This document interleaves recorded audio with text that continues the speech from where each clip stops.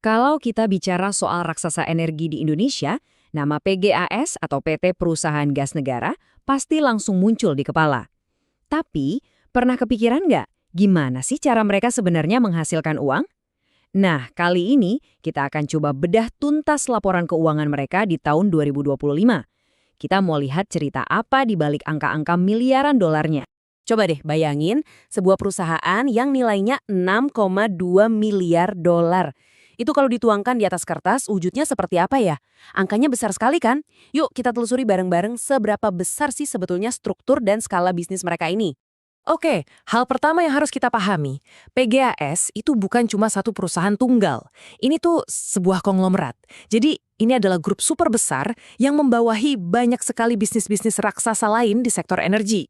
Nah, untuk bisa membayangkan skalanya, kita lihat saja anak-anak perusahaannya.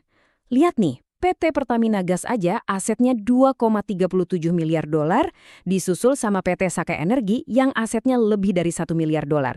Dari sini aja udah langsung kebayangkan seberapa masif jangkauan operasi mereka.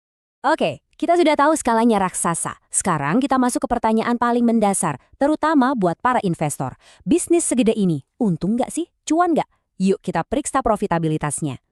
Wow, lihat angkanya. Ini adalah total pendapatan mereka. Selama tahun 2025, PGAS berhasil mengumpulkan pendapatan kotor hampir 4 miliar dolar. Ini ya adalah jumlah uang yang masuk ke perusahaan sebelum dipotong biaya-biaya. Tentu saja pendapatan kotor itu bukan akhir ceritanya. Nah, setelah semua biaya operasional, pajak, dan pengeluaran lain dipotong, ini dia angka finalnya. Laba bersih yang masuk ke kantong mereka itu lebih dari 339 juta dolar. Jelas banget, ini adalah bisnis yang sangat menguntungkan. Dan yang lebih penting lagi, ini menunjukkan tren yang positif. PGAS itu nggak cuma menghasilkan uang, tapi pendapatan mereka juga tumbuh. Coba lihat, dari 3,78 miliar dolar di tahun 2024, naik jadi hampir 4 miliar dolar di 2025.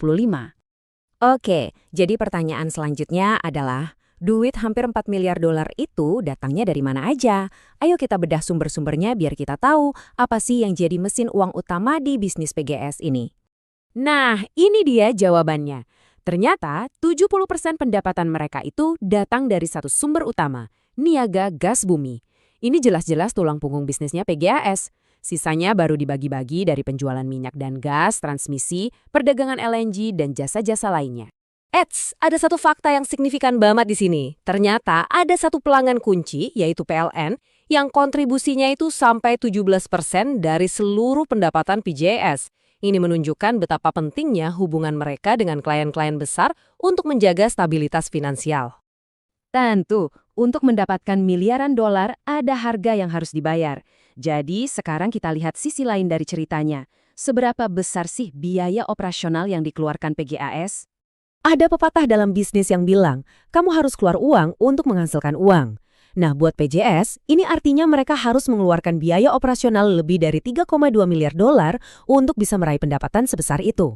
Kalau kita bedah lebih dalam, biaya paling besar, dan ini wajar banget ya, untuk bisnis di sektor ini, itu adalah untuk bahan bakunya sendiri, yaitu gas dan minyak, yang habisnya hampir 2,7 miliar dolar.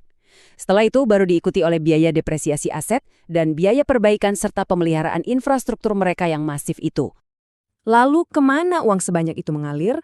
Sebagian besarnya itu lari ke pemasok-pemasok utama mereka, seperti Pertamina dan Medco Energy. Kalau digabung, total pembayaran PGAS kedua perusahaan ini saja sudah mencapai lebih dari 1,5 miliar dolar di tahun 2025. Baiklah, setelah kita lihat untung rugi tahunan, sekarang coba kita mundur sedikit untuk melihat gambaran yang lebih besar. Seberapa sehat sih neraca keuangan perusahaan ini? Kita bicara soal fondasinya sekarang. Cara paling gampang buat memahaminya itu lewat neraca keuangan. Simpelnya begini, di satu sisi ada aset. Ini semua yang dimiliki PGAS. Di sisi lain ada liabilitas. Ini semua yang menjadi utang PGAS. Keseimbangan antara keduanya ini yang menunjukkan kesehatan finansial mereka. Nah, di sisi aset, total nilai yang dimiliki PGAS itu mencapai lebih dari 6,2 miliar dolar. Inilah nilai keseluruhan perusahaan kalau dihitung di atas kertas. Sementara itu, total utang atau liabilitas mereka ada di angka 2,6 miliar dolar. Artinya, aset mereka lebih dari 2 kali lipat liabilitasnya. Ini menunjukkan kalau fondasi keuangan perusahaan ini sangat-sangat kokoh. Oke, kita sudah melihat semua angkanya nih, pendapatan, biaya, aset, dan utang. Jadi, apa kesimpulan utamanya? Apa sih inti dari semua cerita keuangan ini? Jadi, kesimpulannya begini. Pada tahun 2025, PGS membuktikan diri sebagai konglomerat energi yang bukan cuma stabil, tapi juga terus bertumbuh. Mereka sukses mengelola skala bisnisnya yang super masif untuk mengubah pendapatan hampir 4 miliar dolar menjadi laba bersih lebih dari 330 juta dolar. Sebuah kinerja finansial yang solid banget. Dan semua angka ini bukan sekedar klaim perusahaan loh ya. Laporan ini sudah diverifikasi dan disahkan oleh auditor independen yaitu KAP Purwanto, Susanti, dan Surja. Mereka sudah memberikan stempel persetujuan resmi atas cerita keuangan yang kita lihat hari ini. Setelah melihat fondasi yang sekuat ini dan pertumbuhan yang solid, pertanyaan besarnya sekarang adalah kemana PGAS akan melangkah selanjutnya? Di mana raksasa energi ini akan memfokuskan kekuatan dan investasinya di masa depan? Nah, ini yang menarik untuk kita nantikan.